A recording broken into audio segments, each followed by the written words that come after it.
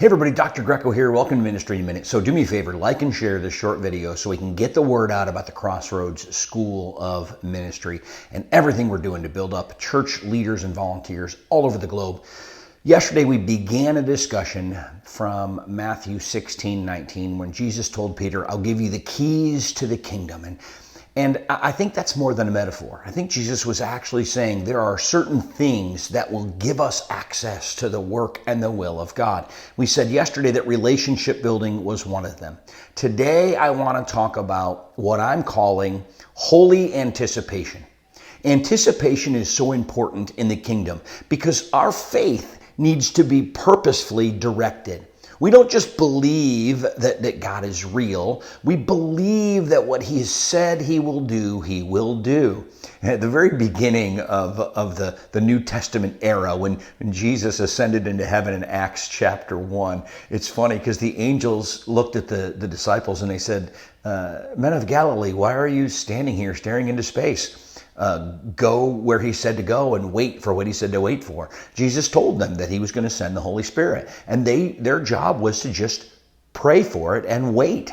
And I think there's this sense that sometimes that God isn't working on our time. You know, Peter said God's not slow in keeping His promises. He's patient. And we need to anticipate that God will fulfill His promises. I love Romans. So much of Romans talks about this kinds of thing. In chapter 5, there's this language about waiting on God.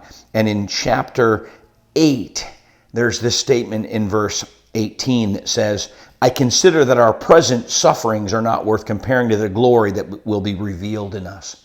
This follows a section where Paul is talking about living by the Spirit, letting God direct your steps. And the obvious question for people is, if God's directing my steps, why aren't things working out the way they're supposed to?